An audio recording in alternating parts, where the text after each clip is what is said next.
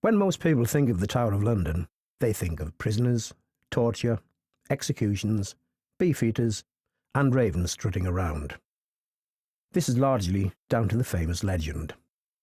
If the 6 resident ravens leave, the tower will fall and the kingdom with it. During the reign of Charles II, there were hundreds and hundreds of ravens at the tower, and they were interfering with the works of the astronomer John Flamsteed.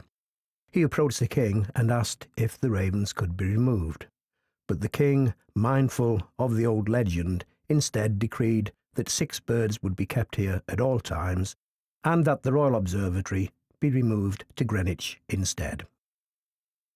The Ravens' Day begins at sunrise, when they are released from their night cages. The tower is quiet at this time, before the visitors arrive, and for a few hours they take over the place, kings of the castle.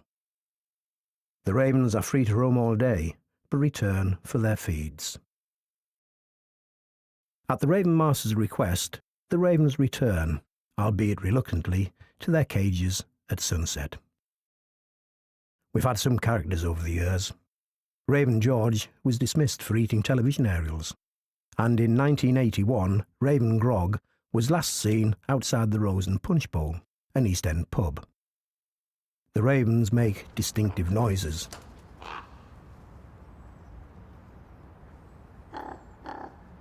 The Raven Master's job is to feed them, doctor them when they're ill, and counsel them when they're stressed. He's the only one who can get close to the birds, as he's built up trust with them, and the only one they will respond to. There are 9 ravens at the tower today, the required 6, plus a few spares.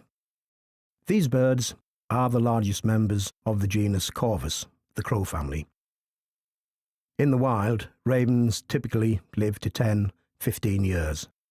But the oldest raven to live at the tower was called Jim Crow, who died at the age of 44. The ravens eat 170 grams of raw meat a day, plus bird biscuits soaked in blood.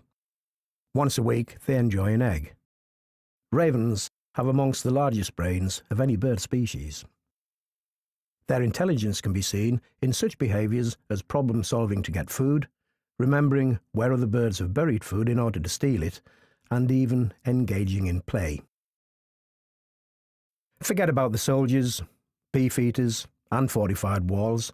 Legend or not, the ravens have a very strong claim to being the true guardians of the tower and London, and therefore the whole kingdom.